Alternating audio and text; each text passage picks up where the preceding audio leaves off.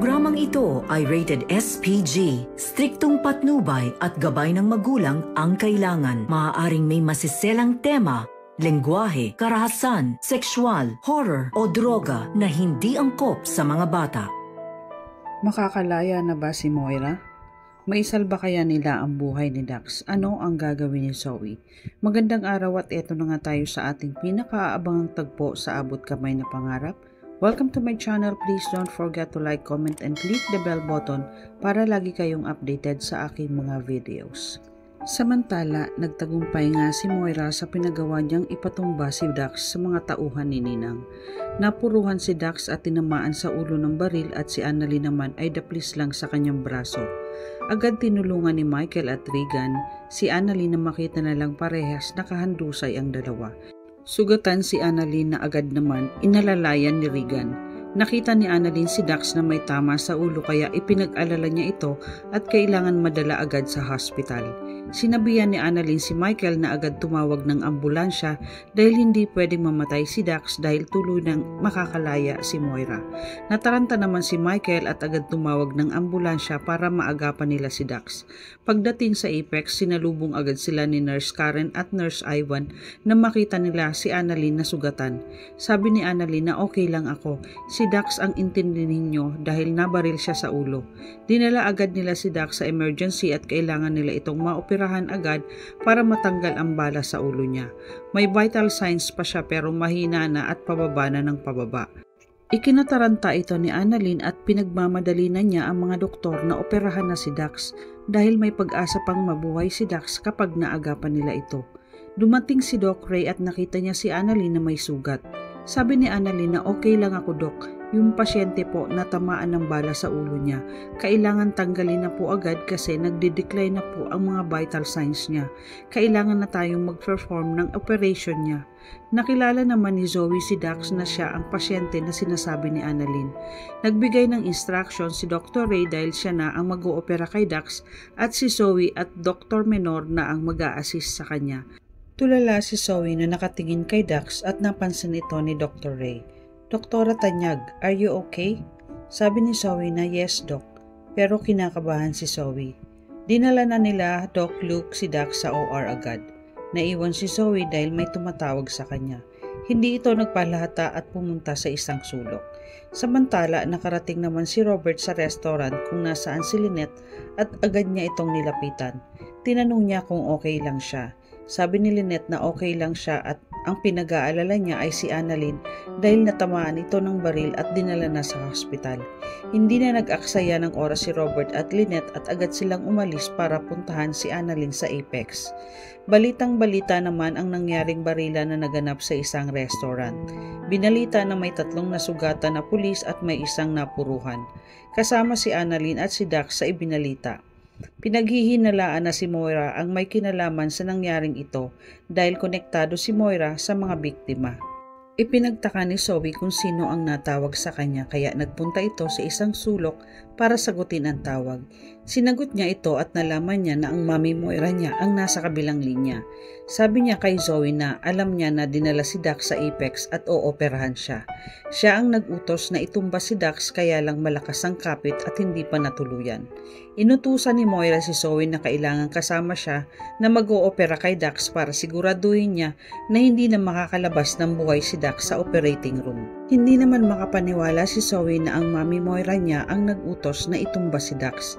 Tumanggi si Zoe sa gustong mangyari ni Moira dahil doktor siya at hindi niya kayang pumatay ng tao. Ikinagalit naman ito ni Moira at sinabi na ang laki-laki ng kasalanan sa atin ng taong yan. Kapag nabuhay yan, ikakanta ka niyan. Hindi naman kayang isakripisyo ni Zoe ang lisensya niya bilang doktor na masira dahil lang sa utos ng mami Moira niya. Sabi ni Moira na mas gugustuhin mong mabuhay siya at tuluyan na akong makulong dito. Kaya galit na sinabi ni Moira na wala ng pero-pero Zoe. Gawin mo kung ano ang pinapagawa ko sa iyo at sabay binabaan niya si Zoe ng telepono.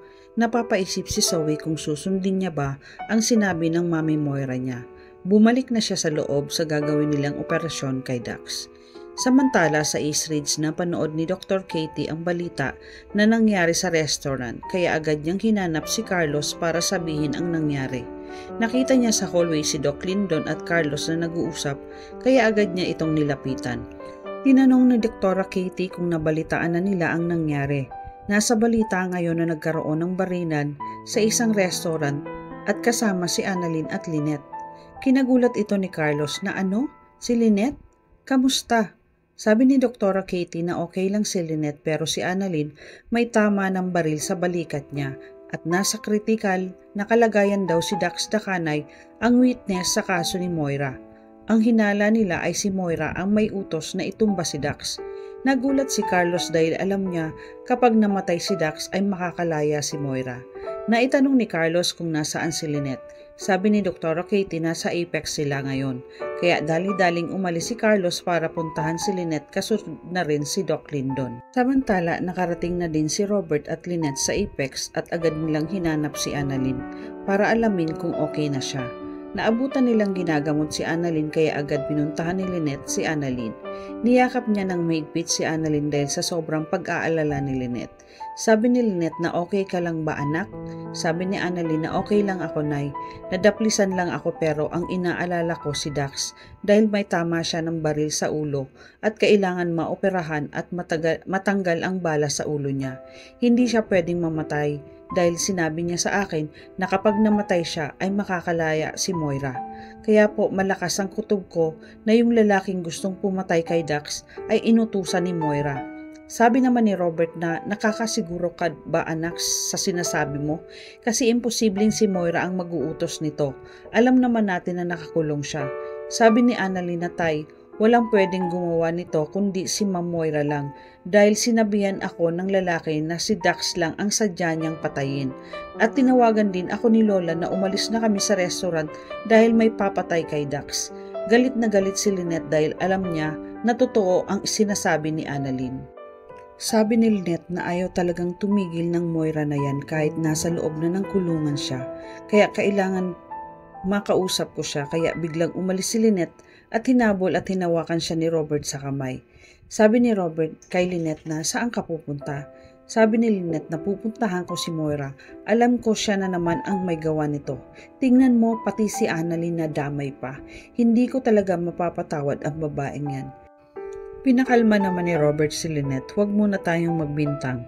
Hintayin natin ang investigasyon ng mga pulis. Sabi ni Lynette kay Robert na malakas ang kutob ko na si Moira ang nag-utos na itumba si Dax dahil makakalaya siya. At hindi ako papayag na mangyari yon. Naabutan naman ni Carlos si Robert at Lynette, kaya agad niyang nilapitan ng dalawa.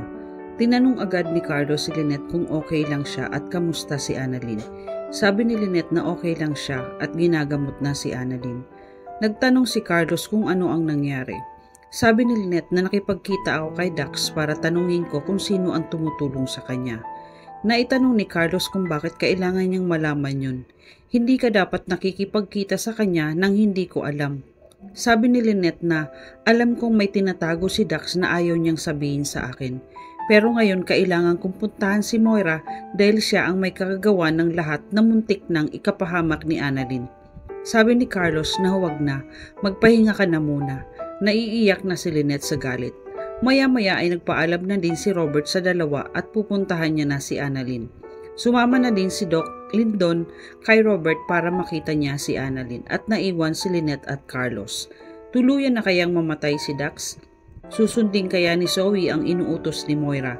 Magiging malaya na naman kaya si Moira? Yan ang ating pakaabangan dito lang sa Abot Kamay na Pangarap.